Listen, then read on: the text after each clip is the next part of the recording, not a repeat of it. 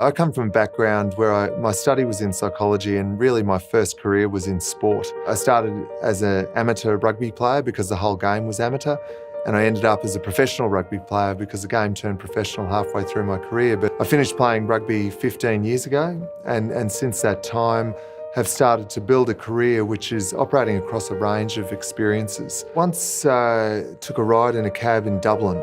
The taxi driver recognised me as part of the Wallabies rugby team, and he was asking me about my career, and at the end of it he said, "You know what, John, the most important thing is that you've got to love what you do, not what you did." And to me that was great advice, because it was about living in the present for the future. You have to remember you're retired to something, not from something. Preparing for the future and not sitting and looking at the past. In a business of tomorrow, I think it's really important to understand how you connect to your community.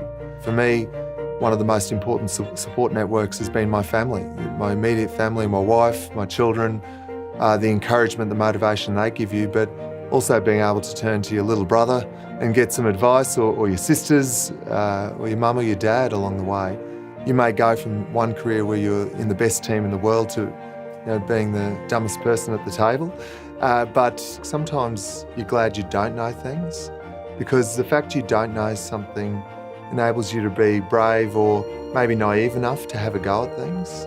And it's by having a go at things without sometimes knowing the full consequences that you actually can achieve some pretty special things.